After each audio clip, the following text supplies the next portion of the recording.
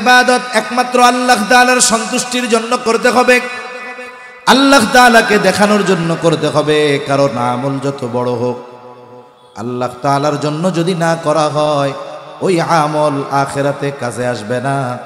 বরং যেই আমল মানুষকে দেখানোর জন্য করা হয়েছে, আল্লাহকে দেখানোর জন্য করা হয় নাই, ওই আমল যত বড় হোক না কেন, কিয়ামতের দিন ওই আমলগুলোকে আল্লাহ তাআলা ধ্বংস করে দিবে।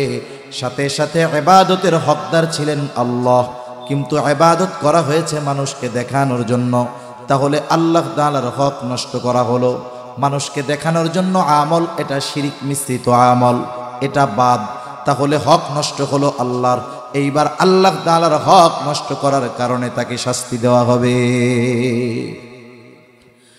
প্রসিদ্ধ হাদিস আছে আবু হুরায়রা রাদিয়াল্লাহু তাআলা আনহু থেকে, কিয়ামতের দিন আল্লাহ তাআলা সর্বপ্রথম 3 শ্রেণীর মানুষকে হিসাবের জন্য ডাকবে। একজন শহীদকে প্রথমে ডাকা হবে। রক্তাক্ত অবস্থায় ওই ব্যক্তি আল্লাহ তাআলার সামনে হাজির।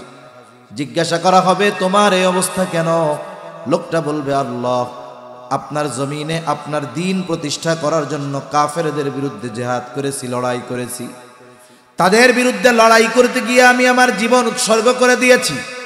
আল্লাহ তাআলা জিজ্ঞাসা করবে, গোলাম, জীবন দিয়েছো, যুদ্ধ করেছো বুঝলাম, কিন্তু মূল উদ্দেশ্যটা কি ছিল? ও বুঝতে পারবে, বলবে, আল্লাহ, আমার উদ্দেশ্য ছিল আপনার সন্তুষ্টি অর্জন, আপনার সন্তুষ্টির জন্যই আমি যুদ্ধ করেছি। আল্লাহ তাআলা বলবে, না বান্দা, তুমি মিথ্যা বলতেছো, আমি আল্লাহ তোমার অন্তরের খবর জানি। আমি আল্লাহর জন্য জিহাদ করো নাই, তুমি জিহাদ করেছো যাতে করে দুনিয়ার মানুষ তোমার বীরত্বের প্রশংসা করে, তোমাকে বীরুত্তম বলে, বীরশ্রেষ্ঠ বলে। যে উদ্দেশ্যে তুমি যুদ্ধ করেছো, দুনিয়ায় তুমি তা পেয়ে গেছো। কারণ দুনিয়ার মানুষ তোমাকে বীর বলেছে, দুনিয়ার মানুষ তোমাকে বাহাদুর বলেছে, দুনিয়ার মানুষ তোমার বীরত্বের প্রশংসা করেছে। সুতরাং আজকে আমি আল্লাহর তরফ থেকে তোমার জন্য কিছু নাই, তুমি চলে যাও, তোমার ঠিকানা হলো চিরস্থায়ী জাহান্নাম। দ্বিতীয়তে আল্লাহ তাআলা একজন দানবীরকে ডাকবে। জিজ্ঞাসা করা হবে, এত সম্পদ তুমি কি করছো? বলে, আমি আল্লাহ মানুষকে দান সদকা করেছি। কেন করছো? লোকটা বলবে, আল্লাহ, আমি দান করেছি আপনার সন্তুষ্টির জন্য। আল্লাহ তাআলা বলবে, না, তুমি মিথ্যা বলতেছো, আমি আল্লাহ তোমার অন্তরের খবর জানি।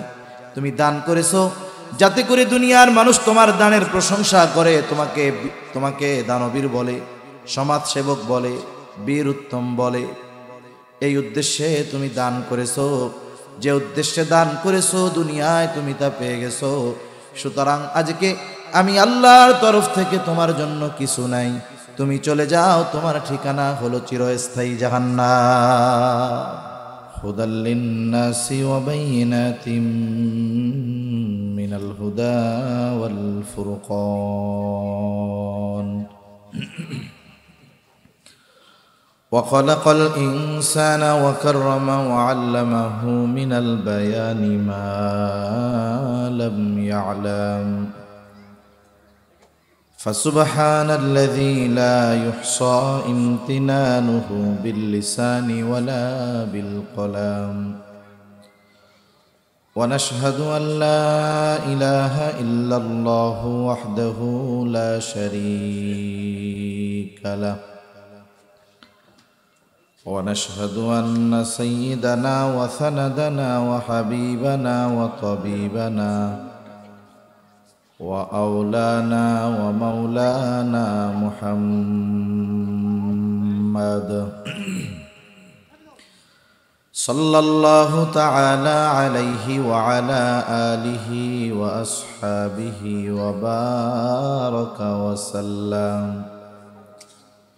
وبارك وسلم تسليما كثيرا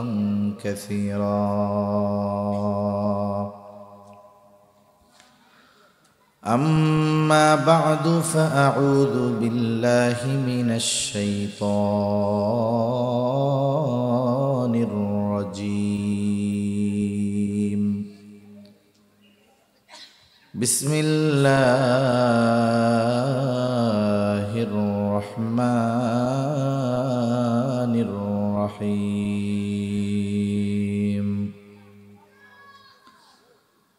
من عمل صالحا من ذكر أو أنثى وهو مؤمن فلنحيينه حياة طيبة ولنجزينهم أجرهم بأحسن ما كانوا يعملون.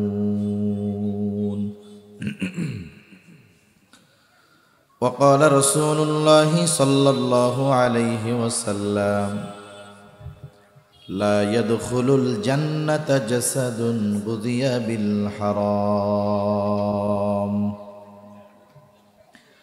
أو كما قال النبي صلى الله عليه وسلم.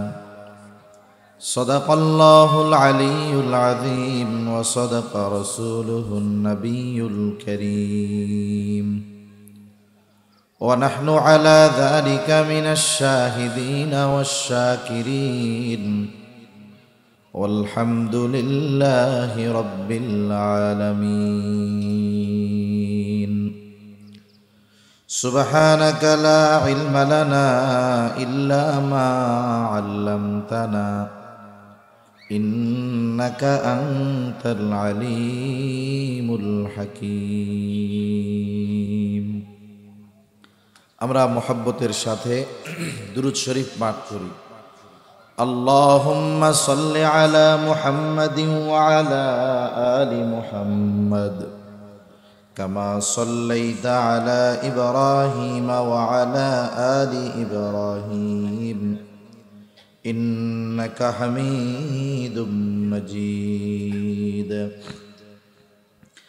اللهم بارك على محمد وعلى آل محمد كما باركت على إبراهيم وعلى آل إبراهيم إنك حميد مجيد।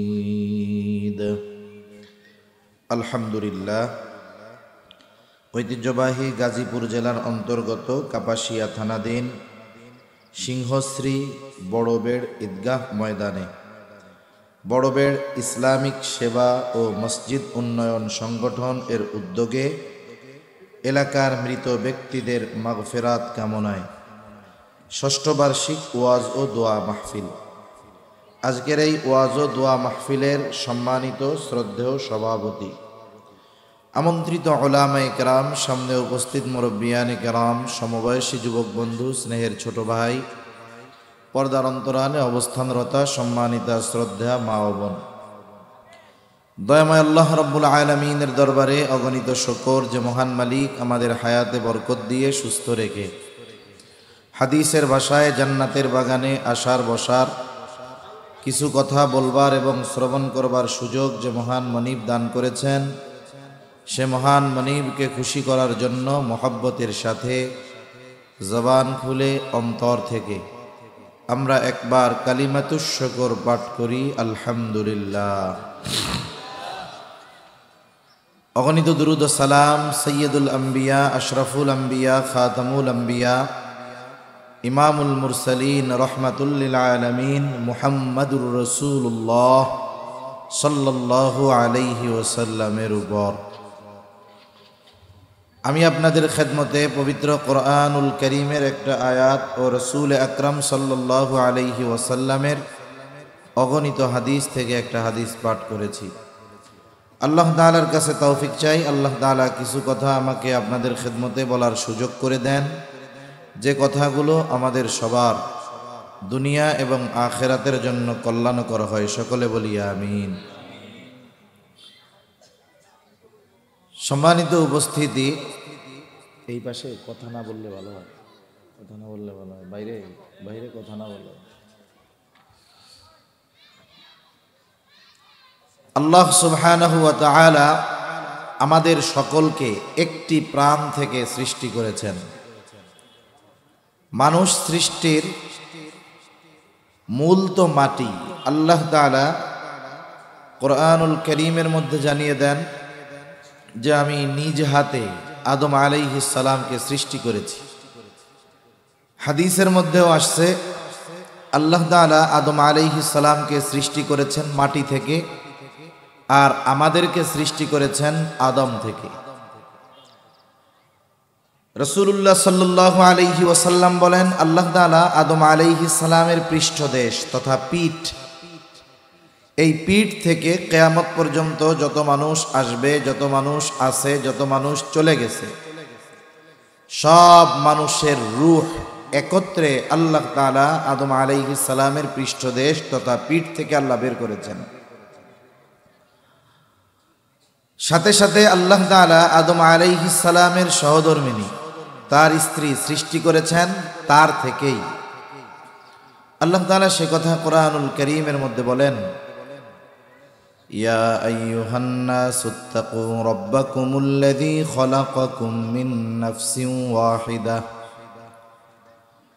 ওয়া খালাকা মিনহা যাওজাহা ওয়া বাসসা মিনহুমা রিজালান কাসীরান ওয়া নিসাআ। আল্লাহ তাআলা জানিয়ে দেন, ইয়া আইয়ুহান নাসুত্তাকু রাব্বাকুম, হে মানব সম্প্রদায়, তোমরা তোমাদের রবকে ভয় করো। কে সেই রব? আল্লাহ, আল্লাযী খালাকাকুম মিন নাফসিন ওয়াহিদাহ, যিনি তোমাদের সবাইকে সৃষ্টি করেছেন একটি প্রাণ থেকে। কয়টি প্রাণ থেকে? ওয়া খালাকা মিনহা যাওজাহা, তার থেকেই তিনি সৃষ্টি করেছেন তার জোড়াকে, তার স্ত্রীকে। এবার এই দুইজনের মাধ্যমে কি হয়েছে? ওয়াবাসসা মিনহুমা রিজালান কাসীরান ওয়া নিসাআ, এই দুইজনের মাধ্যমেই, এই দুইজনের থেকে আল্লাহ সুবহানাহু ওয়া তাআলা পৃথিবীব্যাপী নারী পুরুষের বিস্তার ঘটিয়েছেন। নারী এবং পুরুষদের মধ্যে বাস্তবিক অর্থে সম্মানের মানদণ্ড তাকওয়া। নারী এবং পুরুষদের মধ্যে আল্লাহ তাআলা ইবাদতের প্রতিদানের যেই ঘোষণা দিয়েছেন, যদিও সৃষ্টিগতভাবে নারী পুরুষদের মধ্যে কিছু তফাত আছে না নাই? আছে। আবার শরীয়তের কিছু বিষয়ের হুকুমের দিক দিয়ে নারী পুরুষের মধ্যে একটু তারতম্য পার্থক্য আছে। সৃষ্টিগত পার্থক্য কি এটা বলার দরকার নাই, এটা এমনিই বোঝা যায়। নারীর সন্তান ধারণের ক্ষমতা আছে, পুরুষের নাই। নারী সন্তানকে দুধ পান করাতে পারে, পুরুষ পারে না। আল্লাহ তাআলা নারীকে যেই গঠন দিয়েছেন, যত কালো হোক চেহারা দেখলেই বোঝা যায় এটা নারী। এই ধরনের সৃষ্টিগত কিছু পার্থক্য নারী পুরুষের মধ্যে আল্লাহ তাআলা রেখেছেন। দ্বিতীয় পার্থক্য বলে শরীয়ী কিছু হুকুমের মধ্যে পার্থক্য আছে। যেমন পুরুষ যদি কোনো কারণে, অনিচ্ছায় কোনো কারণে নামাজ পড়তে পারলো না, কাজা হয়ে গেল, শরীয়ত বলে ওই কাজাকে পুনরায় তাকে আদায় করতে হবে, যেটা তার কাজা হয়েছে।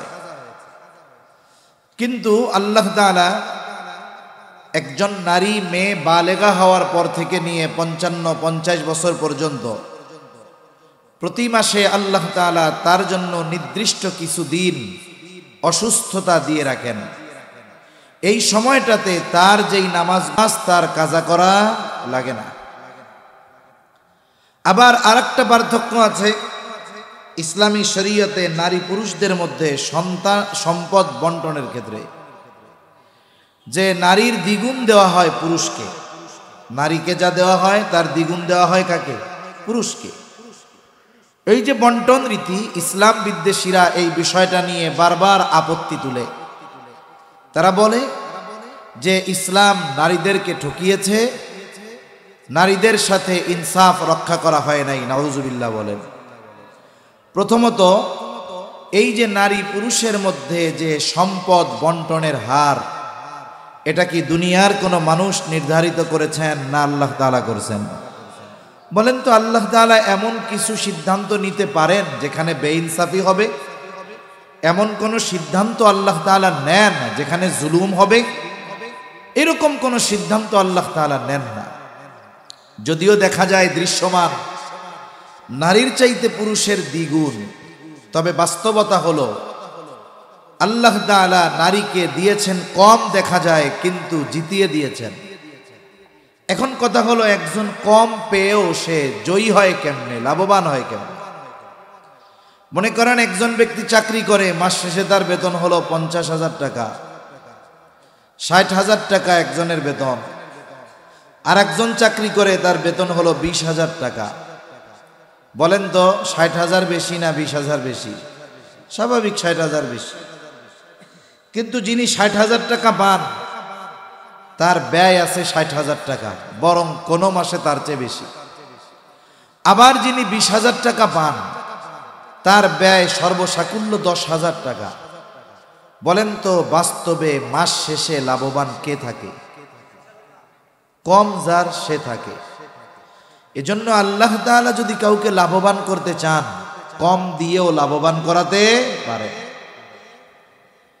একটা নারী, সে যখন জন্মগ্রহণ করে, একটা মেয়ে যখন দুনিয়ায় ভূমিষ্ঠ হয়, জাহেলিয়াতের সময় যখন, ওই অজ্ঞতার যুগে যখন কাফেরদেরকে কন্যা সন্তান হওয়ার সংবাদ দেওয়া হতো, ওদের মুখটা একেবারে পেঁচার মতো হয়ে যেত, মাথা আর উপরে উঠাইতো না লজ্জায়, যে মাইয়ার বাপ হইছি, এই চেহারা নিয়ে কি মানুষের সামনে যাওয়া যাইব? এই চিন্তা করে তারা জীবিত কন্যা সন্তানদেরকে মাটিতে পুঁতে ফেলত। ইসলাম আসলো, সর্বপ্রথম নারীকে বেঁচে থাকার অধিকার ইসলাম দিল। শুধু তাই না, যে মেয়ে হলে তোমরা বেজার হও, শুনে নাও, নবীজি বলেন, যার দুটো কন্যা সন্তান হবে, এই দুই কন্যাকে ভালো মতো দিন শেখাবে, সাথে সাথে একজন দিনদার পাত্রের কাছে বিবাহ দিবে, পাত্রস্থ করবে। নবীজি বলেন সে দুটো জান্নাতের মালিক হয়ে যাবে। আর একজন বলে আমার যদি বেশি যদি হয়, তাহলে যতগুলা হবে ততগুলার ব্যাপারে একই কথা, সুবহানাল্লাহ। তাহলে নারী মেয়ে জন্মগ্রহণ করলে ইসলাম বলে এটা পিতার জন্য সৌভাগ্যের ব্যাপার। এরপরে আসেন, জাহেলিয়াতের সময় মেয়েদের কোনো সম্পদই দেওয়া হইত না, তারা কোনো সম্পদের মালিকই হতে পারত না। ইসলাম আসলো, আল্লাহ তাআলা ফয়সালা দিয়ে দিলেন, ইউসিকুমুল্লাহু ফি আওলাদিকুম লিযযাকারি মিসলু হাযযিল উনসায়াইন। আল্লাহ রাব্বুল আলামিন বলেন, ইউসিকুমুল্লাহ, আল্লাহ তাআলা তোমাদেরকে ওসিয়ত করতেছেন কিসের ব্যাপারে? বলে ফি আওলাদিকুম, তোমাদের সন্তানদের ব্যাপারে। কি ওসিয়ত? আল্লাহ তাআলা বলেন লিযযাকার মিসলু হাযযিল উনসায়াইন, যারা ছেলে সন্তান পুরুষ, তাদের জন্য নারীর দ্বিগুণ। বাস্তবতাটাও ওই রকম, যদিও নারীর ক্ষেত্রে দেখা যায় কম, কিন্তু নারীকে আল্লাহ জিতিয়ে দিয়েছে।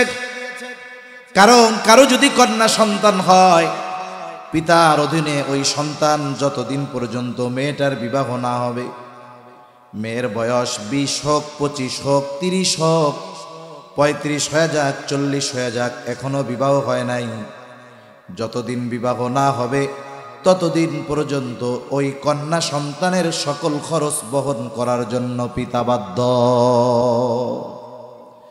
নির্দিষ্ট কোনো সময়সীমা নাই যে 20 বছরের পরে বাপ বাধ্য না। মেয়ের ক্ষেত্রে বাধ্য কতদিন? বলে মেয়ের বিবাহ না হবে যতদিন।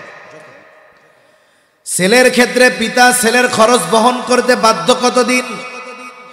বলে বালেগ হওয়ার আগ পর্যন্ত ছেলে সন্তানের খরচ বহন করতে পিতা বাধ্য। একটা ছেলে বালেগ হয় কয় বছরে? স্বাভাবিকভাবে বালেগ কয় বছরে হয়? হাদিসের মধ্যে আসছে আহাদ্দুল বুলুগ, বালেগ হওয়ার সর্বশেষ সময় সীমা হলো 15 বছর। 15 বছর এটা আরবি হিসাবে, ইংরেজি হিসাবে নয়। ইংরেজি হিসাবে 14.5 বছরের মতো, কিন্তু আমাদের সমাজে রাষ্ট্রীয় আইন 18 বছরের আগে কেউ বালেগ হয় না। আসলে বালেগ হওয়াটা নির্দিষ্ট বয়সের সাথে সময়সীমা নাই। কেউ তো 14.5 বছরে হয়, কেউ তো 12 বছরেও হয়ে যায়, ঠিক কিনা বলেন? এটা হরমোনাল একটা বিষয়, এটা অন্য একটা বিষয়। এটা বয়সের সাথে নির্দিষ্ট করে দেওয়া কোনো সুযোগ নেই। তাহলে রাসূলুল্লাহ সাল্লাল্লাহু আলাইহি ওয়াসাল্লাম জানালেন যে বালেগ হওয়ার সর্বশেষ সময়সীমা ইংরেজি হিসাবে 14.5 বছর, 15 বছরই ধরলাম। তাহলে একটা ছেলে সন্তানের খরচ বহন করতে পিতা বাধ্য হলো 15 বছর পর্যন্ত। 15 বছরের পরে যদি কোনো পিতা বলে আজকে থেকে আমি তোমার লেখাপড়ার খরচ দিতে পারবো না, তোমার টিউশনির টাকা দিতে পারবো না, তাহলে পিতা দিতেও বাধ্য নয়। কিন্তু মেয়ের ক্ষেত্রে বিষয়টা এমন নয় যে বালেগা হওয়ার পরে আর খরচ দিতে বাধ্য না, এমনটা নয়। বরং মেয়েটার যতদিন বিবাহ না হবে ততদিন পিতা খরচ দিতে বাধ্য। আর ছেলের ক্ষেত্রে বাধ্য ততদিন যতদিন সে নাবালক থাকবে। বালেগ হয়ে যাওয়ার পরে পিতা যদি বলে তোমার ইনকাম তুমি করো, নিজেও খাও আমাকেও খাওয়াও, এই কথা বলার অধিকার পিতার আছে না নাই? আছে। তাহলে বাবার ঘরে যখন কন্যা, বলেন তো ইসলাম এই সময় ছেলেরে জিতাইছে নাকি মেয়েকে জিতিয়েছে? মেয়েকে জিতিয়েছে। এখন মেয়ের বিবাহ ঠিক হয়েছে। এখন এই মেয়েকে যার সাথে বিবাহ দেওয়া হবে উচ্চ শিক্ষিত, চেহারা ভালো, বংশ ভালো, সব ঠিক আছে। কিন্তু আয়েশা বলতেছে আমি বিবাহে রাজি, তবে সব কিছুই ঠিক আছে, আমি মেয়ের খাদ্য, বস্ত্র, চিকিৎসা, বাসস্থান এগুলো কিছু দিতে পারবো না। মেয়ের বাপ যে শ্বশুর আপনি সব দিয়া দিবেন। ছেলে যতই যোগ্য হোক, মেয়ের ভরণপোষণের দায়িত্ব নিতে যদি সে অস্বীকৃতি জ্ঞাপন করে, ছেলে যত ভালো হোক, শিক্ষিত হোক, বিয়া দিবেন না পিটানি দিবেন? তার মানে একটা পুরুষ যখন একটা মেয়েকে বিবাহ করতে যায়, তার মৌলিক সকল চাহিদা পূরণের প্রতিশ্রুতি দিয়ে এরপরে সে বিবাহ করতে পারে, ঠিক কিনা? তাহলে একটা মেয়ে বিবাহের পরে যখন স্বামীর ঘরে আসলো, স্বামীর ঘরে আসবার পর তার সকল খরচ বহন করার দায়িত্ব হলো স্বামীর। এইবার আল্লাহ না করুন যদি এমনটা হয়ে যায়, স্বামী স্ত্রীর মধ্যে যদি বিবাহ বিচ্ছেদ হয়ে যায়, অনেক সময় বিবাহ বিচ্ছেদ হয়, আমরা একতরফা মেয়েদেরকে দোষারোপ করি, বাস্তবতা এমনটা নয়। অনেকে এমনও আছে, ভালো মেয়ে, দিনদার মেয়ে, বাবা টাকা পয়সা দেখে বিবাহ দিয়ে দিয়েছে এক বড় লোকের সাথে, বাড়ি দেখে গাড়ি দেখে বিবাহ দিয়েছে বড় লোকের সাথে। বাড়িটা বাহির দিয়ে সুন্দর দেখা যায়, কিন্তু ভেতরে এটা ছোটখাটো জাহান্নাম। দেখা যায় ওই ছেলেটা পরনারীতে আসক্ত, মাদকাসক্ত, বদ্দিন। বলেন তো ওই রকম একটা পরিবেশে গিয়ে একটা দিনদার মেয়ের জন্য জীবন যাপন করা অবশ্যই কঠিন হবে। দেখা যায় ওই মেয়ে ওইখানে ঘর করতে পারে নাই, চলে আসছে। এখন যদি কোথাও থেকে বিবাহের প্রস্তাব আসে, শুনে যে আগে এক জায়গায় বিয়ে হয়েছিল কিন্তু মেয়েটা খুব ভালো, তো ভালো হইলে তো তালাক পাওয়ার কথা না, এরকম বলা লোক আছে না নাই? সেজন্য মনে রাখতে হবে, বিবাহ বিচ্ছেদ শুধুমাত্র নারীর কারণে হয় তা না, পুরুষের কারণেও হয়। যদি কখনো অনাকাঙ্ক্ষিতভাবে এমন ঘটনা ঘটে যায়, মেয়েটা পুনরায় আবার বাবার বাড়িতে ফিরে আসবে, শরীয়ত কি বলে? এই যে তালাক প্রাপ্তা, এই জন্য তার সাথে খারাপ আচরণ করার সুযোগ নাই। ভাইরা তাকে বোঝা মনে করতে পারবে না, অন্যান্য কেউ বোঝা মনে করতে পারবে না। আবার ওই মেয়েটার যতদিন অন্য জায়গায় পুনরায় বিবাহ না হবে, আবার ততদিন তার খরচ চালাতে ওই পিতা বাধ্য। আর যদি জীবন যাপন ঠিকভাবে হয়, স্বামী মারা গেছে, আল্লাহ সন্তান দান করছে, এইবার ওই মায়ের খরচ বহন করার দায়িত্ব সন্তানের। আল্লাহ রাব্বুল আলামিন স্পেশাল ভাবে আদেশ জারি করে দিয়েছেন, কেমন ভাবে ওই বৃদ্ধ পিতামাতার সাথে সন্তান ব্যবহার করবে। তাদের আচরণের দ্বারা যদি একটু বিরক্তিও হয়, কষ্ট হয়, সে বিরক্ত হবে না। তাদের সাথে কঠোর ভাষায় কথা বলবে না, ধমক দিবে না, বরং তাদের সকল প্রয়োজন মেটাতে ওই সন্তান সব সময় প্রস্তুত থাকতে হবে। তাহলে একটা মেয়ে তার গোটা হায়াতে প্রথমে বাবার ঘরে, এরপরে স্বামীর ঘরে, এরপরে সন্তানকে আল্লাহ তাআলা তার জিম্মাদারি দিয়ে দিলেন। বলেন তো তার সব খরচ বহন করার দায়িত্ব পুরুষের কাঁধে। আল্লাহ তাকে যা দিছে সেখান থেকে কোনো খরচ আছে? নাই। দুই ভাই বোন যদি একসাথে কোথাও যায়, বোন অনেক টাকা পয়সাওয়ালা, দুলাভাই অনেক সম্পদওয়ালা, রিক্সা থেকে নেমে, গাড়ি থেকে নেমে বোন যদি ভাড়া দিতে চায়, ভাইয়ের প্রেস্টিজে লাগে, না তুই রাখ, আমি দিয়ে দিতেছি। তাহলে দেখেন সব জায়গায় খরচ পুরুষের, যদিও দেখা যায় বেশি, কিন্তু বাস্তবে তার খরচও বেশি। যদিও দেখা যায় নারীর কম, কিন্তু তার কোনো খরচ নাই, যার কারণে আল্লাহ তাআলা তাকে যতটুকু দিয়েছে তার ততটুকু সব থেকে যায়। সুবহানাল্লাহ। এখন কোন আল্লাহ নারীকে জিতাইছে না ঠকাইছে? বাস্তবেই জিতাইছে। সমান হইলেই বৈষম্য দূর হয় না।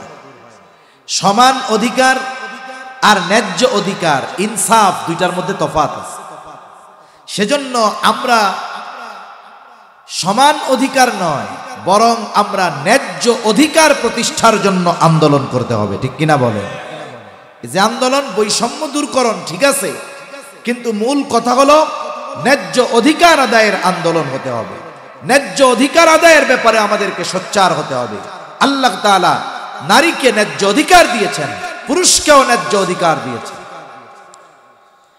কিন্তু ইবাদতের ক্ষেত্রে, ইবাদতের প্রতিদানের ক্ষেত্রে কোনো তারতম্য নাই। এমনটা নয় পুরুষ যদি তাহাজ্জুদের নামাজ পড়ে নারীর চাইতে দ্বিগুণ সওয়াব হবে, এমনটা নয়। বরং ইবাদতের প্রতিদানের ক্ষেত্রে আল্লাহ রাব্বুল আলামিন এখানে সমান রাখছেন। শুধু তাই না, বরং এখানেও নারীকে জিতিয়ে দেওয়া হয়েছে। একজন নারী যখন সন্তান ধারণ করে, পেটে গর্ভধারণ করে, একটা নারী যখন সন্তানকে দুধ পান করায়, সন্তানের কাপড় চোপড় ধুয়ে দেয়, স্বামীর জন্য রান্না করে দেয়, শ্বশুর শাশুড়ির খেদমত করে, সে হয়তো নফল নামাজ পড়তে পারে না, কিন্তু এই কাজগুলা যদি আল্লাহর সন্তুষ্টির জন্য করে, তাহলে তার আমল নামায় কবুল নফল ইবাদতের সওয়াব লেখা হয়ে যায়। পুরুষ নামাজ পড়ার পরে কবুল হইল না কি হইল না এটা সে জানে না, কিন্তু নারী যদি এই ঘরের কাজগুলো আল্লাহ তাআলার সন্তুষ্টির জন্য করে, তাহলে এগুলো তার আমল নামায় কবুল ইবাদত হিসাবে যোগ হয়। এখানেও একদিক দিয়ে আল্লাহ ওনাকে জিতায় দিয়েছে, নারীদেরকে জিতিয়ে দিয়েছে। যেই আয়াতখানা তিলাওয়াত করেছি, আয়াতের মধ্যে আল্লাহ তাআলা বলেন, মান আমিলা সালিহাম মিন যাকারিন আও উনসা ওয়া হুয়া মুমিন। আল্লাহ তাআলা বলেন, যে নেক আমল করে, মান আমিলা সালিহা মিন যাকারিন আও উনসা, পুরুষ অথবা নারী, পুরুষ অথবা নারীর মধ্য থেকে যে নেক আমল করে, ওয়া হুয়া মুমিন, আর সে মোমেন, অর্থাৎ মোমেন নারী অথবা পুরুষ যখন কোনো নেক আমল করে, আল্লাহ তাআলা বলেন ঈমানের সাথে যখন কোনো নারী পুরুষ নেক আমল করে, ওই নেক আমলের আল্লাহ তাআলা দুই ধরনের প্রতিদান তাকে দিয়ে দেয়। তাহলে ঈমানদার নারী পুরুষ যদি ভালো কর্ম করে, সৎকর্ম করে, তাহলে তাদের জন্য পুরস্কার কয় ধরনের? দুই ধরনের পুরস্কার। এ দুনিয়াতে যত ভালো কাজ আছে, সব ভালো কাজের শুধু আখেরাতের ফায়দা তা না, দুনিয়ার ফায়দা আছে না নাই? আমরা জানি আর না জানি, বুঝি আর না বুঝি, প্রত্যেকটা ভালো কাজের দুনিয়াবি ফায়দা আছে। নামাজ পড়তেছেন, দুনিয়াবি ফায়দা আছে। রোজা রাখতেছি, দুনিয়াবি ফায়দা আছে। দান সাদকা করতেছি, দুনিয়াবি ফায়দা আছে। প্রত্যেকটা ভালো কাজের দুনিয়াবি উপকার আছে। তবে বাস্তবতা হলো আল্লাহ তাআলা মানুষের কোনো কর্মের পূর্ণ প্রতিদান দুনিয়াতে দেন না, দেওয়া সম্ভব নয়। একটা মানুষ যদি সর্বোচ্চ ভালো কাজ করে, তার সর্বোচ্চ ভালো কাজের প্রতিদান দুনিয়ায় দেওয়া সম্ভব না। আর একটা মানুষ যদি মন্দ কাজ করে, তার এই মন্দ কাজের শাস্তি, পরিপূর্ণ শাস্তি দুনিয়াতে দেওয়া সম্ভব নয়। দুনিয়াতে হয়তো কিঞ্চিত পরিমাণ আল্লাহ তাআলা দেন, কিন্তু মানুষের কর্মের পূর্ণ প্রতিদান আল্লাহ তাআলা দিবেন আখিরাতে। কোন সময় দিবেন? আখিরাতে।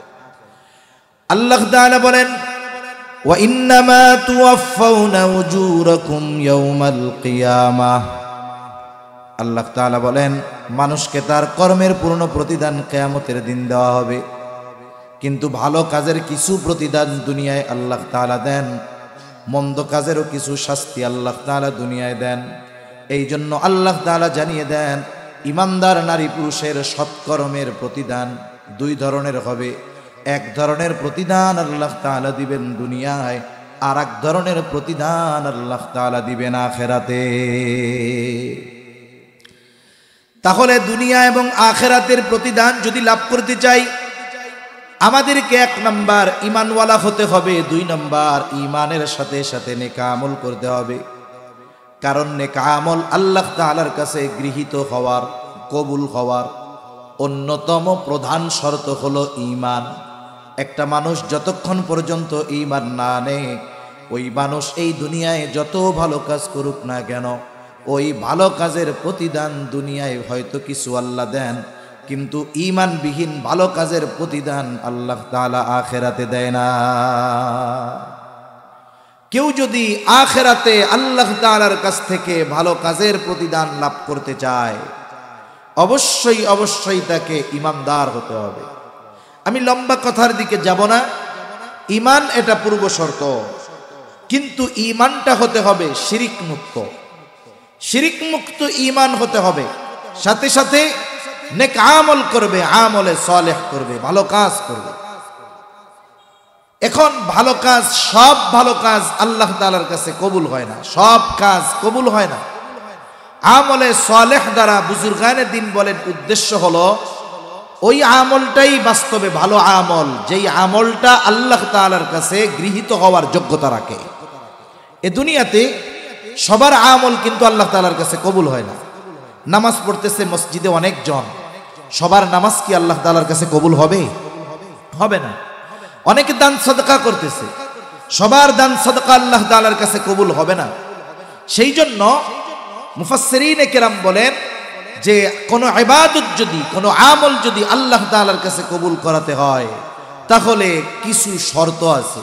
শর্তগুলো যদি ঠিক থাকে, আমল যদি অল্প হয়, ঈমান ঠিক, অল্প আমল, ওইটা আল্লাহ তাআলার কাছে তার নাজাতের ওসিলা হয়ে যেতে পারে। তাহলে আমরা যদি আমাদের আমলগুলো আল্লাহ তাআলার কাছে কবুল করাতে চাই, সেই আমলটা ছোট হোক আর বড় হোক, 1 নম্বর যেটা দরকার সেটা হলো সকল আমলগুলো একমাত্র আল্লাহ তাআলার সন্তুষ্টির জন্য করতে হবে। যেগুলো ইবাদত, এই ইবাদতগুলো মানুষকে দেখানোর জন্য করলে ক্ষতি, কিন্তু আল্লাহ তাআলাকে দেখানোর জন্য করলে লাভ। সেই জন্য 1 নম্বর ইবাদত একমাত্র আল্লাহ তাআলার সন্তুষ্টির জন্য করতে হবে, আল্লাহ তাআলাকে দেখানোর জন্য করতে হবে। কারণ আমল যত বড় হোক, আল্লাহ তাআলার জন্য যদি না করা হয়, ওই আমল আখিরাতে কাজে আসবে না। বরং যেই আমল মানুষকে দেখানোর জন্য করা হয়েছে, আল্লাহকে দেখানোর জন্য করা হয় নাই, ওই আমল যত বড় হোক না কেন, কিয়ামতের দিন ওই আমলগুলোকে আল্লাহ তাআলা ধ্বংস করে দিবে। সাথে সাথে ইবাদতের হকদার ছিলেন আল্লাহ, কিন্তু ইবাদত করা হয়েছে মানুষকে দেখানোর জন্য, তাহলে আল্লাহ তাআলার হক নষ্ট করা হলো। মানুষকে দেখানোর জন্য আমল, এটা শিরিক মিশ্রিত আমল, এটা বাদ, তাহলে হক নষ্ট হলো আল্লাহর। এইবার আল্লাহ তাআলার হক নষ্ট করার কারণে তাকে শাস্তি দেওয়া হবে। প্রসিদ্ধ হাদিস আছে আবু হুরায়রা রাদিয়াল্লাহু তাআলা আনহু থেকে, কিয়ামতের দিন আল্লাহ তাআলা সর্বপ্রথম 3 শ্রেণীর মানুষকে হিসাবের জন্য ডাকবে। একজন শহীদকে প্রথমে ডাকা হবে। রক্তাক্ত অবস্থায় ওই ব্যক্তি আল্লাহ তাআলার সামনে হাজির। জিজ্ঞাসা করা হবে, তোমার এই অবস্থা কেন? লোকটা বলবে, আল্লাহ, আপনার জমিনে আপনার দ্বীন প্রতিষ্ঠা করার জন্য কাফেরদের বিরুদ্ধে জিহাদ করেছি, লড়াই করেছি। তাদের বিরুদ্ধে লড়াই করতে গিয়ে আমি আমার জীবন উৎসর্গ করে দিয়েছি। আল্লাহ তাআলা জিজ্ঞাসা করবে, গোলাম, জীবন দিয়েছো, যুদ্ধ করেছো বুঝলাম, কিন্তু মূল উদ্দেশ্যটা কি ছিল? ও বুঝতে পারবে, বলবে, আল্লাহ, আমার উদ্দেশ্য ছিল আপনার সন্তুষ্টি অর্জন, আপনার সন্তুষ্টির জন্যই আমি যুদ্ধ করেছি। আল্লাহ তাআলা বলবে, না বান্দা, তুমি মিথ্যা বলতেছো, আমি আল্লাহ তোমার অন্তরের খবর জানি। আমি আল্লাহর জন্য জিহাদ করো নাই, তুমি জিহাদ করেছো যাতে করে দুনিয়ার মানুষ তোমার বীরত্বের প্রশংসা করে, তোমাকে বীরুত্তম বলে, বীরশ্রেষ্ঠ বলে। যে উদ্দেশ্যে তুমি যুদ্ধ করেছো দুনিয়ায় তুমি তা পেয়ে গেছো। কারণ দুনিয়ার মানুষ তোমাকে বীর বলেছে, দুনিয়ার মানুষ তোমাকে বাহাদুর বলেছে, দুনিয়ার মানুষ তোমার বীরত্বের প্রশংসা করেছে। সুতরাং আজকে আমি আল্লাহর তরফ থেকে তোমার জন্য কিছু নাই, তুমি চলে যাও, তোমার ঠিকানা হলো চিরস্থায়ী জাহান্নাম। দ্বিতীয়তে আল্লাহ তাআলা একজন দানবীরকে ডাকবে, জিজ্ঞাসা করা হবে এত সম্পদ তুমি কি করছো? বলে আমি আল্লাহ মানুষকে দান সদকা করেছি। কেন করছো? লোকটা বলবে আল্লাহ আমি দান করেছি আপনার সন্তুষ্টির জন্য। আল্লাহ তাআলা বলবে না, তুমি মিথ্যা বলতেছ, আমি আল্লাহ তোমার অন্তরের খবর জানি। তুমি দান করেছো যাতে করে দুনিয়ার মানুষ তোমার দানের প্রশংসা করে, তোমাকে দানবীর বলে, সমাজসেবক বলে, বীর উত্তম বলে। এই উদ্দেশ্যে তুমি দান করেছো, যে উদ্দেশ্যে দান করেছো দুনিয়ায় তুমি তা পেয়ে গেছো। সুতরাং আজকে আমি আল্লাহর তরফ থেকে তোমার জন্য কিছু নাই, তুমি চলে যাও, তোমার ঠিকানা হলো চিরস্থায়ী জাহান্নাম। দান কইরা নাম কামানোর লোক সমাজে আছে না নাই? বহুত আছে। আবার আমাদেরও বদ অভ্যাস আছে, আমরাও এই লোকগুলার পেছনে ঘুরি। এই যে মাহফিলের পোস্টারটা খুব ভালো লাগতেছে দেখা, কত পোস্টার আছে, আতো শিকাস না কি কয় এরকম দেখে, দেখছেন? এরকম দিয়া নাম খুঁজতে হয়। 350 এত মানুষের নাম দিছেন, কয় হুজুর দিলেই কমপক্ষে 1000। আবার ভাগ থাকে, নিচে এক ভাগ, উপরে এক ভাগ, উপরে আর এক ভাগ। আবার কোন কোন জায়গায় দেখা যায় বুজুর্গ আলেমরে দাওয়াত দিছে, ওনার উপরে আর একজনের নাম। কিরে ভাই এই কাম করছেন কে? কয় হুজুর 1 লাখ, এই জন্য নাম সবার উপরে দিতে হবে। এরপরে পরের স্তর, ওনাদের নামটা একটু মোটা, ওনারা কয় হুজুর এই গ্রুপ হলো 20,000। এরপরে আর একটু চিকুন আর কি, আর এক ভাগ আছে, এই গ্রুপ কত? কয় এই গ্রুপ মিনিমাম 10,000, 5 থেকে 10। আর এক গ্রুপ আছে নিচে, ওইটারে মোটামুটি এরকম কাছে নিয়ে দেখা লাগে, পোস্টার লাগাইলে কেউ দেখবেও না। এই গ্রুপের নাম কেন? কয় এগুলো হলো 1 থেকে 3,000। আছে না নাই বলেন? অনেক আছে। দেখবেন যদি টাকা দিছে নাম দেয় নাই, গ্যাঞ্জাম লাগাইয়া দিব। এ জায়গায় কত ঘটে ঘটনা দেশে, যে নাম কেন দিল না, এই জন্য মাহফিল বন্ধ হয়ে যায়, এমনও রেকর্ড আছে। আবার কি বলবো, গাজীপুর জেলারই একটা ঘটনা, আসিও তো গাজীপুর জেলার মধ্যে, কিন্তু এলাকার নাম আর করার দরকার নাই। তাইলে এক মাদ্রাসায়, আরে না, এক মাদ্রাসায় একজন দিছে 50,000 টাকা। কত হাজার টাকা? মোহতামিম সাহেব কইতেছে, হুজুর কি বলবো, দুঃখের কথা। মোহতামিম সাহেবকে টাকা দিয়া সুন্দর মতো বলে দিছে, হুজুর বড় মজমা, বড় ওয়াইজ আসছে মাহফিলে, লাখো মানুষের আগমন, যে প্রধান বক্তা ওঠার আগে, বয়ানের শুরু করার আগে আমার নামে 50,000 টাকা একটু ঘোষণা দিয়া দিয়েন। হুজুরের ঘোষণা দিতে মনে নাই, যখন 50,000 টাকার রিসিট পরের দিন দিতে গেছে, কয় টাকাটা ফেরত দেন। কি দেন? নাম তো ঘোষণা দিতে ভুলে গেছে, এই জন্য টাকা ফেরত নিয়ে গেছে। এইরকম আল্লাহর বান্দাও দুনিয়ায় আছে। আল্লাহ মাফ করে দিক, বলি আমিন। 3 নাম্বার, আল্লাহ তাআলা একজন আলেমকে ডাকবে, কারিকে ডাকবে, জিজ্ঞাসা করা হবে কেন কোরআন শিখেছো?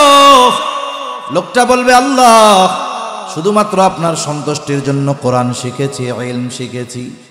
আল্লাহ তাআলা বলবে না বান্দা, তুমি মিথ্যা বলতেছ, তুমি কোরআন শিখেছো যাতে করে মানুষ তোমার তিলাওয়াতের প্রশংসা করে, ইলম শিখেছো যাতে করে মানুষ তোমার ইলমের প্রশংসা করে। যে উদ্দেশ্যে ইলম শিখেছো, কোরআন শিখেছো, দুনিয়ায় তুমি তা পেয়ে গেছো। আজকে আমি আল্লাহর তরফ থেকে তোমার জন্য কিছু নাই, তুমি চলে যাও, তোমার ঠিকানা হলো জাহান্নাম। এত বড় বড় আমল করবার পরেও আল্লাহ তাআলার সন্তুষ্টির জন্য করা হয় নাই, এই জন্য আমল বাতিল। আল্লাহ তাআলা কোরআনুল কারীমের মধ্যে বলেন, ওয়াকাদিমনা ইলা মা আমিলু মিন আমালিন ফাজআলনাহু হাবাআম মানসুরা। কিয়ামতের দিন সব মানুষের আমল আল্লাহর সামনে পেশ করা হবে, সব ভালো আমলগুলা, সব ধরনের আমল পেশ করা হবে। ওই আমলের মধ্যে ভেজাল আছে না আসলেও খালেস, এটা আমরা না বুঝলেও বুঝেন কে? যাদের আমলগুলার মধ্যে আল্লাহর সন্তুষ্টি মাকসাদ ছিল না, আল্লাহ তাআলা বলেন ওইগুলোরে আমি আল হাবাউল মানসুর বানায় ফেলবো, মানে ওগুলোকে এমন ভাবে ধ্বংস করা হবে যে যার কোনো অস্তিত্বই নেই।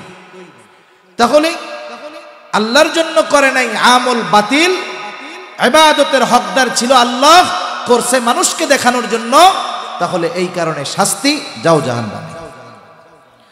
এই জন্য আমরা আমাদের জীবনের ছোট বড় সব আমলগুলো একমাত্র কার জন্য করব? জবান খুলে বলেন। দুনিয়ার মানুষকে দেখালে ক্ষতি, কিন্তু আল্লাহ তাআলাকে দেখাইলেই লাভ। এজন্য ইবাদত কবুলের প্রথম শর্ত হলো ওই ইবাদতটা একমাত্র আল্লাহ তাআলার সন্তুষ্টির জন্য করতে হবে। 2 নাম্বার যেটা ইবাদত হবে রাসূলুল্লাহ সাল্লাল্লাহু আলাইহি ওয়াসাল্লামের তরিকায়, নবীজির পদ্ধতিতে হবে ইবাদত। আপনাদের কারো কি এমন কিছু জানা আছে নাকি যে হুজুর ওই ইবাদতটা আছে যেটা রাসূলের তরিকায় নাই? এরকম কোন ইবাদত আপনাদের জানা আছে নাকি? এই পৃথিবীতে ইবাদত তো নবীর তরিকায় আছেই আছে, দুনিয়ার সব কাজগুলো করার তরিকাও নবীজি শিখিয়ে দিয়েছে। আরে নবী তো এও শিখিয়ে দিয়েছে আমাদের, রাতে ঘুমানোর সময় বাতি বন্ধ করে ঘুমাইতে হবে। নবীজি বলছে না, রাতে যখন ঘুমাবা বাতি বন্ধ করে ঘুমাবা, বাথরুমে কেমনে যাইতে হবে, খানা কেমনে খাইতে হবে, এই বিষয়গুলো যেখানে নবীজি শিখিয়ে দিয়েছেন, সেখানে ইবাদত নবীর তরিকায় নাই, এটা হতেই পারে না। নবীর তরিকাবিহীন কোনো ইবাদত কবুল হয় না। আমরা সুন্নাত বলতে সংজ্ঞা মনে করি বা বুঝি এটা, যেটা বেশিরভাগ মানুষ বুঝে যে সুন্নাত হলো করলে সওয়াব, না করলে গুনাহ নাই, এরকম মনে হয়। বিষয়টা এমন না। কিছু সুন্নাত তো ফরজও আছে, ঠিক কিনা বলেন? নবীজির কাজ কর্ম, কথা, মৌন সম্মতি, এগুলো হাদিস। রাসূলুল্লাহ সাল্লাল্লাহু আলাইহি ওয়াসাল্লাম যে ইবাদতগুলো করেছেন, যদি সেটা ফরজ হয়, নবীজির তরিকায় করা নবীজি শিখিয়ে দিয়ে গিয়েছেন, ঠিক কিনা বলেন? একটা উদাহরণ দেই, যেমন ইমানের পরে সবচাইতে গুরুত্বপূর্ণ ইবাদত হলো নামাজ। ইমানের পরে সবচাইতে গুরুত্বপূর্ণ ইবাদত, জোরে বলেন না কি? আমার আর একটা বিষয় ভালো লাগছে, আমি বলতেছি আর কি। যুবকদের আয়োজন, যারা যোগাযোগ করছে, কথা বলছে, আলহামদুলিল্লাহ সবাই খুব মুআদ্দাব, ভদ্র, ভালো। আল্লাহ তাআলা এদের সবাইকে দিনের জন্য কবুল করেন। এরপরে আইসা এশার নামাজের সময় যখন দেখছি মসজিদটা ভরা, আল্লাহর কসম খুব ভালো লাগছে।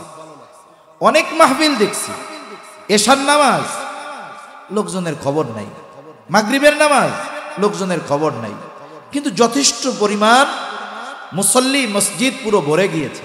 এটা খুব ভালো লাগছে আমার। তাহলে ইমানের পরে সবচাইতে গুরুত্বপূর্ণ ইবাদত কি? জোরে বলেন না। নামাজ। নামাজের আদেশ আছে কোরআনে, নামাজের আদেশ দিয়েছেন আল্লাহ কোরআনুল কারীমে। 82 জায়গায় নামাজের কথা আছে। 82 জায়গায় থাকার কারণে যে নামাজের গুরুত্ব বেশি, বিষয়টা এমন নয়। কারণ আল্লাহ তাআলা কোনো কিছু একবার বলার দ্বারা যতটা গুরুত্বপূর্ণ, শতবার বলার দ্বারা গুরুত্ব বাড়ে না, বরং সমানই থাকে। তবে মুফাসসিরিনে কেরাম বলেন 82 জায়গায় নামাজের কথা উল্লেখ করার কমপক্ষে 82টা কারণ আছে। একই কারণে 2 বার আল্লাহ তাআলা উল্লেখ করেন নাই, প্রত্যেকটার ক্ষেত্রে আলাদা আলাদা কারণ আছে। এজন্য আল্লাহ তাআলা বারবার নামাজের কথা উল্লেখ করছেন। তা নামাজের কথা কোরআনে আদেশ দিয়েছেন আল্লাহ। বলেন তো, সারা পৃথিবীর সব আলেমদেরকে যদি দায়িত্ব দেওয়া হয়, এই যে কোরআনুল কারীম দেওয়া হলো, যেই কোরআনে নামাজের আদেশ আছে, আপনারা সব আলেমরা মিলে ফজরের নামাজের 2 রাকাত সুন্নাত যেভাবে আমরা পড়ি, ঠিক ওইভাবে শুধু কোরআন থেকে বের করে দেন। নবীজির সুন্নাহ, হাদিস সব একদিকে রাখতে হবে, শুধু কোরআন থেকে ফজরের 2 রাকাত নামাজ কিভাবে পড়বো বের করে দেন। বলেন তো সম্ভব নাকি? জোরে বলেন না সম্ভব? কিয়ামত পর্যন্ত সম্ভব না। তাহলে নামাজের আদেশ হলো কোরআনে, নামাজের আদেশ দিয়েছেন আল্লাহ, নামাজের পদ্ধতি উম্মতকে শিখিয়েছেন মুহাম্মাদুর রাসূলুল্লাহ। এই জন্য নবীজি সাল্লাল্লাহু আলাইহি ওয়াসাল্লাম বলেন, সল্লু কামা রাআইতুমুনি উসাল্লি। নামাজের আদেশ তো আল্লাহ তাআলা দিলেন, এখন নামাজ কেমনে পড়বা? নবীজি বলেন সল্লু, নামাজ পড়ো, কামা রাআইতুমুনি উসাল্লি, যেভাবে তোমরা আমাকে নামাজ পড়তে দেখো। তাহলে নামাজের আদেশ করেছেন আল্লাহ, নামাজের পদ্ধতি শিখিয়েছেন মুহাম্মাদুর রাসূলুল্লাহ সাল্লাল্লাহু আলাইহি ওয়াসাল্লাম। এখন আসেন, নামাজের যতগুলো ফরজ আছে, ফরজ সমূহের মধ্যে অন্যতম একটি ফরজ হলো রুকু করা। কি করা? জোরে কোন। রুকুর আদেশ আল্লাহ তাআলা করছে। আল্লাহ তাআলা বলেন ওয়ারকাউ মা'আর রাকিঈন, তোমরা রুকুকারীদের সাথে রুকু করো। রুকু শব্দের শাব্দিক অর্থ হলো ঝুঁকা। এখন রুকুর জন্য কতটুকু ঝুঁকতে হবে কোরআনুল কারীমে নাই। রুকু মানে ঝোঁকা, তার মানে আমি যদি নামাজের মধ্যে দাঁড়িয়ে রুকু করার জন্য মাথাটারে এতটুকু ঝুঁকাই, বলেন তো এটাকে আপনারা রুকু বলবেন নাকি? তাহলে ঝুঁকতে হবে, তবে কতটুকু ঝুঁকতে হবে, ঝুঁকে কিভাবে থাকতে হবে? এই যে ফরজ বিধান রুকু, এটা কতটুকু ঝুঁকলে রুকু আদায় হবে, কতটুকু ঝুঁকতে হবে, কিভাবে থাকতে হবে, এটা আল্লাহ শিখিয়ে দেন নাই। যদিও নির্দেশটা ফরজ, কিন্তু এই ফরজটার পদ্ধতি যিনি শিখিয়ে দিয়েছেন তিনি হলেন আমার আপনার নবী। তাহলে এই যে রুকু করা পদ্ধতিটা নবীর, তাহলে এই ফরজ পদ্ধতিটা শিখিয়ে দিয়েছেন মুহাম্মাদুর রাসূলুল্লাহ। এই যে সুন্নাত, এটা ফরজ। এজন্য এমন কোন ইবাদত নাই যেই ইবাদতের তরিকা নবীজি উম্মতকে শিখিয়ে দেন নাই।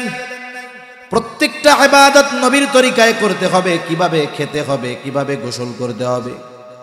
বরং দুনিয়ার কাজগুলো যদি নবীর তরিকায় করা হয়, ওই দুনিয়ার কাজগুলোও মানুষের আমলনামায় ইবাদত বলে গণ্য হয়ে যায়।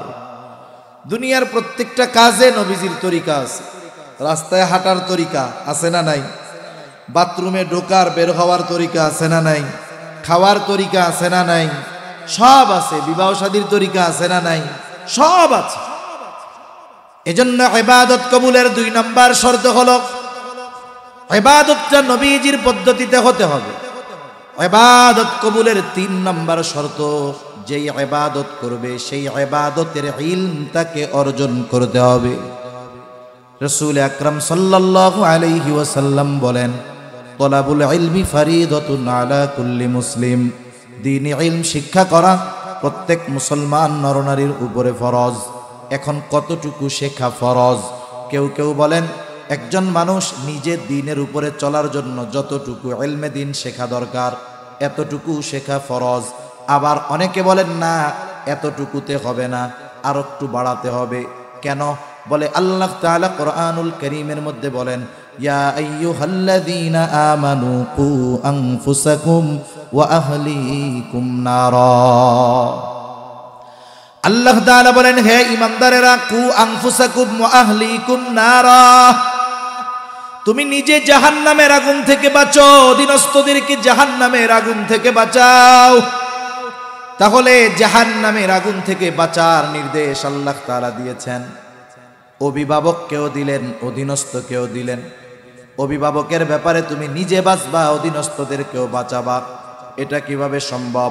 মুফাসসিরিনে কেরাম বলেন মূল কথা হইল তুমি ঈমান আনার পরে আল্লাহ তাআলার বিধিবিধান মান্য করার মাধ্যমে নিজেকে জাহান্নাম থেকে বাঁচাবা, আর তোমার অধীনস্থদেরকে দ্বীনের উপরে পরিচালিত করার মাধ্যমে জাহান্নাম থেকে বাঁচানোর চেষ্টা করবা। এখন বলেন, নিজে জাহান্নাম থেকে বাঁচতে যদি ইলম দরকার হয়, অধীনস্থদেরকে জাহান্নাম থেকে বাঁচানোর চেষ্টা করার জন্য, দ্বীনের উপরে চালানোর জন্য ইলমের দরকার আছে না নাই? দরকার আছে। এজন্য কমপক্ষে এতটুকু ইলম প্রত্যেকটা মানুষকে শিখতে হবে, মুসলমানকে, যতটুকুর দ্বারা সে দ্বীনের উপরে চলতে পারে, অধীনস্থদেরকে চালাতে পারে। এখন এই দ্বীন শেখার জায়গাগুলো কোথায়? দ্বীন শেখার জায়গা কোথায়? দেখেন, দ্বীনি মাহফিলগুলায় যখন আমরা আসি, এখানে আমাদের মূলত একটা আগ্রহ মাথায় ঢুকিয়ে দেওয়া হয়। এটা মূল বিষয়। আলোচনার মাধ্যমে একটা মানুষের গোটা জীবনের প্রত্যেকটা দিক একটা মাহফিলে আলোচনা করা সম্ভব নয়। কিন্তু মাহফিলে আসার দ্বারা কি হয়? ওইগুলো শেখার ব্যাপারে আগ্রহ পয়দা হয়। স্বাভাবিকভাবে কেউ যদি পরিপূর্ণ দিন শিখতে চায়, এক নম্বরে যায় মাদ্রাসায়। বিশেষ করে আমাদের উপমহাদেশে দিন শেখার পদ্ধতি ছিল তিনটা। এক নম্বর দিনী মাদ্রাসাগুলো, যেখানে পরিপূর্ণ দিন শিখে গিয়ে ছেলেরা আলেম হয়, হাফেজ হয়, সব কিছু শিখে একেবারে মাদ্রাসায়। আবার হক্কানি পীর মাশায়েখের খানকায় গিয়ে দিন শিখতো মানুষ। এখন অবশ্য এরকম হয় না, কারণ এখন দেখা যায় একজন পীর, তার মুরিদ হলো লক্ষ লক্ষ।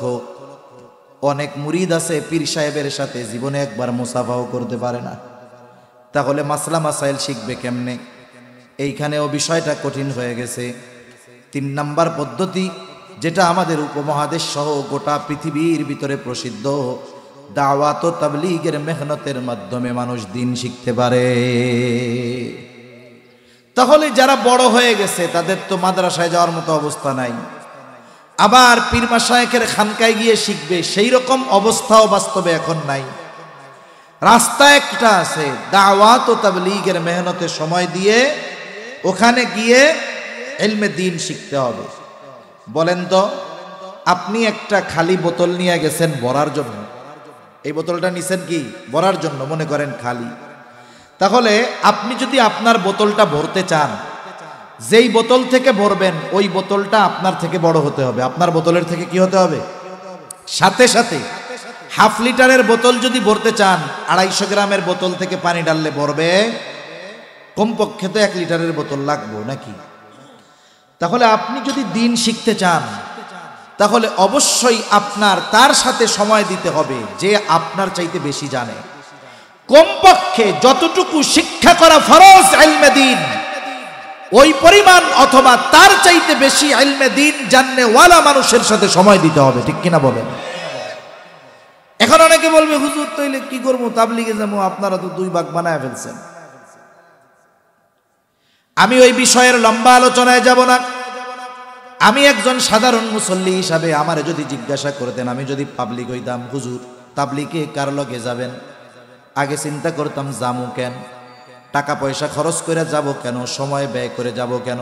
হায়রে, আমি তো কোরআনটা শুদ্ধভাবে পড়তে পারি না, ওজুর মাসালা জানি না, গোসলের মাসালা জানি না, নামাজের ফরজ ওয়াজিব সুন্নাত এইগুলো আমি জানি না। আমার তো এগুলো শেখার দরকার। মাদ্রাসায় গিয়ে শেখার সময় নাই, হক্কানি পীর মাশায়েখের খানকায় গিয়ে শেখার সময় নাই। অনেক কষ্ট করে আমি 4 মাস সময় বের করলাম, এখন এই 4 মাসের মধ্যে আমাকে শিখতে হবে। আমি যদি পাবলিক হইতাম, আমি চোখ মুখ বুইজা এই সময়টা আলেমদের সাথে লাগাইতাম। কেন লাগাইতাম? যেই সমস্ত আলেম বেশি বেশি সময় দেন তাবলীগের মেহনতে, আমরাও দিছি, কিন্তু লম্বা সময় দেওয়ার মতো সুযোগ হয় নাই। কিন্তু যারা দেন তাদের অনেকের কাছে কারগুজারি শুনছি, কয় ভাই গেছি এমন এক জামাত নিয়া 3 চিল্লায়, একজনও সূরা ফাতিহাও শুদ্ধ হয় না, অন্যগুলো বাদ দেন। এক চাচা নামাজ পড়ে 20 বছর, বিতিরের নামাজে কয়েক সেকেন্ডের মধ্যে দোয়ায় কুনুত শেষ। তা জিজ্ঞাসা করলাম, আপনি কোন দোয়ায় কুনুত পড়েন? কয় কুল আল্লাহ দিয়ে চালায় দেই, পারি না। বুঝেন নাই? এখন এই আল্লাহর বান্দা কারগুজারি শোনাইতেছেন যে আমি তাদের সাথে সময় দিছি, যেই লোকটা কোরআন পড়াতো বহুদূর, মুখস্থ যা করছে তাও ভুল। আলহামদুলিল্লাহ, মেহনত কইরা কইরা নামাজের ফরজ, ওজুর ফরজ, গোসলের ফরজ, নামাজ ভাঙার কারণ, নামাজের ওয়াজিব, ইবাদতে মোটামুটি যা লাগে, সাথে সাথে সহি শুদ্ধ করে মোটামুটি আমপারার অনেকগুলো সূরা পর্যন্ত পড়ানো হয়ে গেছে। এখন আপনি যদি 6 সূরার মোল্লার সাথে যান, তাহলে কি হবে? কাম হবে? এজন্য আমি আপনি যদি উলামায়ে কেরামের সাথে সময় দেই, ওনারা আমাদের ত্রুটিগুলো দেখতে পারবেন, দেখে দেখে আমাদের ত্রুটিগুলো সংশোধন করার চেষ্টা করবে। সেজন্য দাওয়াত ও তাবলীগের সময় উলামায়ে কেরামের তত্ত্বাবধানে দেওয়া দরকার, এটা জরুরি, সবার জন্য দেওয়া দরকার। এজন্য আগের থেকে দাওয়াত দিয়ে দেই। 31 জানুয়ারি, 1-2 ফেব্রুয়ারি, 7, 8, 9 ফেব্রুয়ারি 2 পর্বে আলমী সূরার অধীনে উলামায়ে কেরামের তত্ত্বাবধানে ইনশাআল্লাহ টঙ্গীর প্রান্তরে বিশ্ব ইজতেমা অনুষ্ঠিত হবে। এখন থেকে দাওয়াত শুরু করব। মাঝে মধ্যে আল্লাহ আল্লাহ জিকির করি না, জিকিরের মধ্যে এটাও রাখবো, মানে স্মরণ রাখার জন্য। ইজতেমা কয় তারিখ? বলে 31 জানুয়ারি আর 1 ফেব্রুয়ারি, 7, 8, 9 ফেব্রুয়ারি। এরপরে যদি 2 পর্বে হয়, কোন জেলা কোন জায়গায় বন্টন হবে এটা মুরব্বীরা জানায়া দিবে। যদি গাজীপুর প্রথম পর্বে পড়ে তাইলে দাওয়াত দিয়া সবাইরে জানায়া দিতে হবে। জানানো যাবে না ইনশাআল্লাহ? মনে করেন দাওয়াত দিয়া যদি আপনার ওসিলায় 2 জন 2 চিল্লায় 3 চিল্লায় যায়, আরে যা করে করুক, ওই কয়দিন নামাজ কালাম যা পড়বে ওর সওয়াব তো পাওয়া যাইব, কি কিনা ঠিক কিনা বলেন?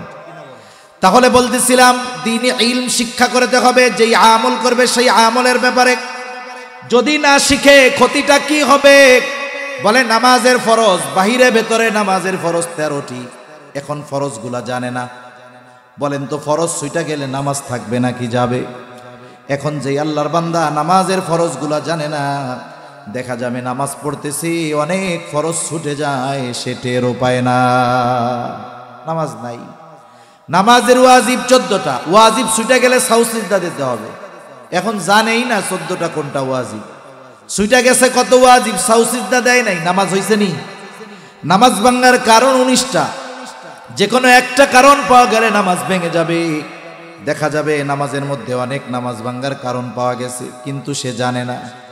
দেখা যাবে অজান্তেই তার নামাজ হয় নাই। অজু ভাঙার কারণ 7টা জানতে হবে, কারণ অজু যদি ছুটে যায়, অজু যদি নষ্ট হয়ে যায়, নামাজও থাকবে না। গোসলের ফরজগুলো জানতে হবে, যদি গোসলের মধ্যে কোনো ফরজ বাদ পড়ে যায় তাহলে পবিত্রতা অর্জন হবে না, ইবাদত কবুল হবে না। এজন্য বিষয়গুলো জানা দরকার।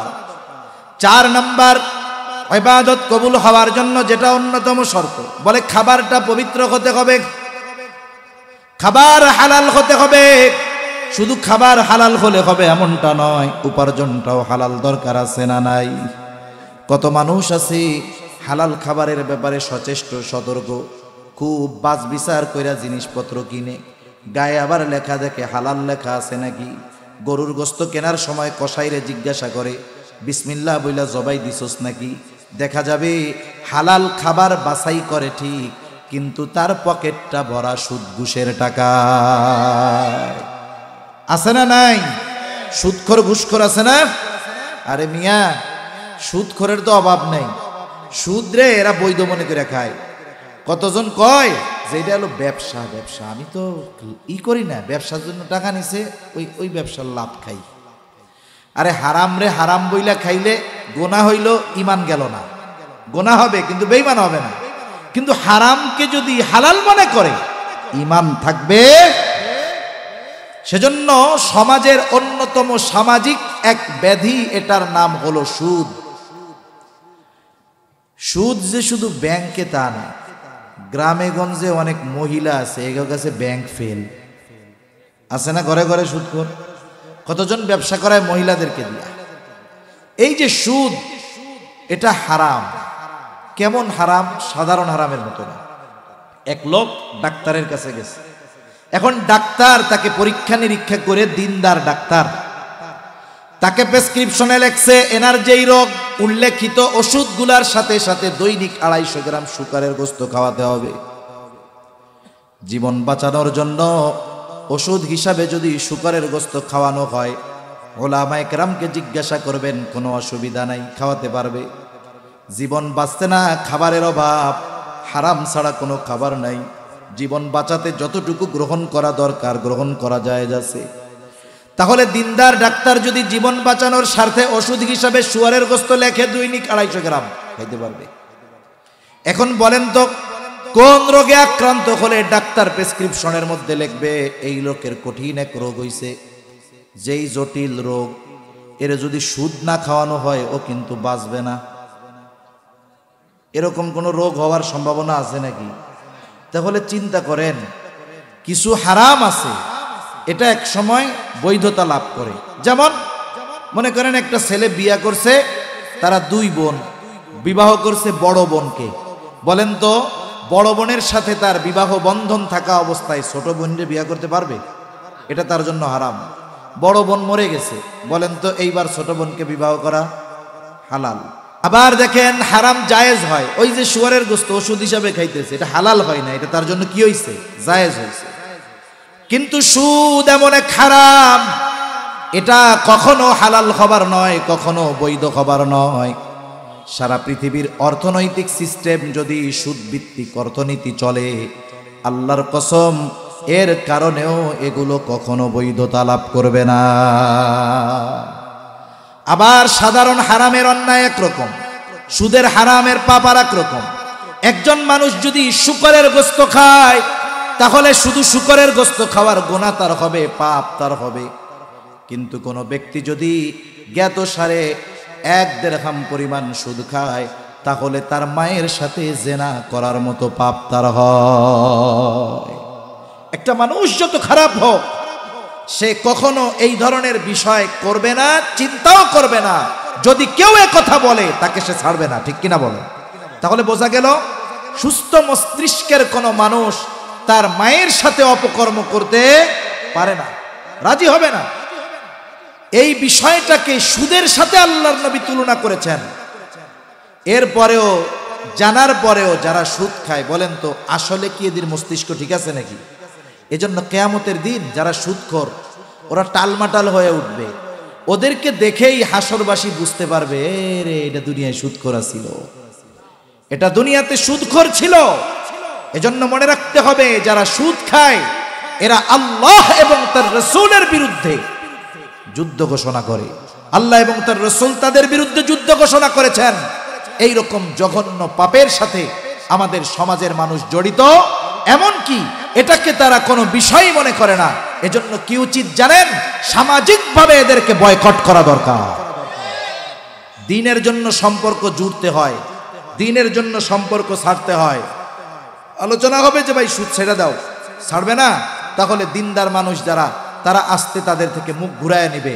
এটা জাগতিক স্বার্থের কারণে নয়, কারণ যেই লোকটা এমন পাপাচারে লিপ্ত হতে পারে, তাকে সতর্ক করার পরেও সে যখন এই ধরনের অন্যায় ছাড়বে না, তার সাথে সম্পর্ক রাখা যাবে। সেজন্য সাবধান, এই ধরনের কর্ম থেকে আমরা বেঁচে থাকবো, বলেন আমিন। তাহলে 1 নাম্বার উপার্জনটা হালাল লাগবে। 4 নাম্বার শর্ত যেইটা খাবার হালাল, তার মানে এখানেও দুটো বিষয়, একটা হলো উপার্জন হালাল, উপার্জনটা হালাল হতে হবে। 2 নাম্বার খাবারটাও হালাল হতে হবে। উপার্জনও হালাল, খাবারও হালাল। আমল করলে আল্লাহ তাআলা কবুল করবে। এই জন্য আল্লাহ তাআলাও কোরআনুল কারীমের মধ্যে বলেন, ইয়া আইয়ুহার রাসূলু কুলু মিনাত তাইয়্যিবাতি ওয়া আমালু সলিহা। আল্লাহ তাআলা সব রাসূলদেরকে একই নির্দেশ দিয়েছেন, হে রাসূলগণ, কুলু মিনাত তাইয়্যিবাত, আপনারা পবিত্র খান, ওয়া আমালু সলিহা, আর আমলে সলেহ করেন। বুজুর্গানে দিন বলেন, যার খাবার পবিত্র নয়, অর্থাৎ যার খাবারটা উপার্জনটা হালাল নয়, খাবারটা হালাল নয়, সে যতই আমল করুক না কেন, তার আমল আল্লাহ তাআলার কাছে কবুল হয় না। এজন্য আমরা হারাম থেকে বাঁচবো, হারাম থেকে বাঁচবো। যদি হারামের সাথে সম্পৃক্ত হই, কি ক্ষতি? যারা হারামের সাথে সম্পৃক্ত, বড় বড় ক্ষতি। 1 নাম্বার যে হারামখোর, তার কোনো দোয়া আল্লাহ কবুল করে না। লাইলাতুল কদরে তার দোয়া কবুল হয় না, আরাফার দিনে তার দোয়া কবুল হয় না, বাইতুল্লাহর সামনে অনেকগুলো জায়গা আছে দোয়া কবুলের জায়গা, এক জায়গাও কবুল হয় না। তাহলে যে হারামখোর, তার কোনো দোয়া আল্লাহ কবুল করেন না। 2 নাম্বার তার ইবাদত আল্লাহ তাআলা কবুল করেন না। 3 নাম্বার বড় ক্ষতি, নবীজি বলেন, লা ইয়াদখুলুল জান্নাতা জাসাদুন গুদিয়া বিল হারাম, হারাম বক্ষণকারীর শরীর জান্নাতে প্রবেশ করবে না। সেজন্য আল্লাহ আমাদের সকল প্রকার হারাম থেকে বেঁচে থাকার তৌফিক দেন, বলেন আমিন। তাহলে যে কথাই বলতেছিলাম, যে ইমানদার নারী পুরুষ যদি ইমান অবস্থায় আমলে সলেহ করে, তার মানে এমন আমল করে যেই আমল আল্লাহর কাছে কবুল হওয়ার যোগ্যতা রাখে, তাহলে এই ধরনের নারী পুরুষদের জন্য কয় ধরনের পুরস্কার? জোরে বলেন না, কয় ধরনের? 2 ধরনের। 1 ধরনের পুরস্কার দিবেন আল্লাহ দুনিয়ায়। দুনিয়ায় হলো স্যাম্পল, দুনিয়ায় কি সাধারণ কিছু, কিন্তু অকল্পনীয়টা দিবেন আখিরাতে। দুনিয়ায় কি দিবেন আল্লাহ তাআলা? আল্লাহ তাআলা বলেন, ফালানুহিয়ান্নাহু হায়াতান তাইয়্যিবা। অনেক সময় আমরা মানুষের জন্য দোয়া করি, দোয়া চাই, বলে না যে আল্লাহ অমুকরে আপনি হায়াতে তাইয়্যিবা দান করেন। ভাই আসছে আসছে নাকি? আমার তো সময় শেষ, ঠিক আছে। আচ্ছা, তাহলে কোন বলতেছিলাম যে দোয়া করি, দোয়া চাই, বলি না যে আল্লাহ অমকরে হায়াতে তৈয়বা দান করে। শুনছেন নি এই দোয়া? হায়াতে তৈয়বা কারে বলে? হায়াতে তৈয়বা হলো, লম্বা ব্যাখ্যা সংক্ষিপ্ত সারে বলি, অমুখাপেক্ষী জীবন। মানে যেই জীবনে, যেই হায়াতে মানুষের কাছে হাত পাতা লাগে না, অমুখাপেক্ষী জীবন, শান্তিময় জীবন, স্বল্পে তুষ্টতা, সাথে সাথে ইবাদতের মজা। যেই ব্যক্তি ঈমান সহকারে নেক আমল করে, এই বিষয়গুলো তাকে যিনি দান করবেন তিনি কে? আখিরাতে কি দিবেন? ওয়ালানাজজিয়ান্নাহুম আজরাহুম বিআহসানি মা কানু ইয়ামালুন। হায়রে দুনিয়ায় কি আমল করি, এই আমল দিয়া জান্নাত পাওয়া অসম্ভব। সেই জন্য আল্লাহ তাআলা জানিয়ে দেন, তারা দুনিয়ায় যে আমল করছে তার চাইতে অনেক, তার প্রতিদান হিসাবে ওই আমলের তুলনায় অনেক বেশি গুণ উত্তম জিনিস আল্লাহ তাআলা আমাদের দান করবে। সেজন্য এ দুনিয়াতে আল্লাহ তাআলা যেহেতু ইমানদারের ঘরে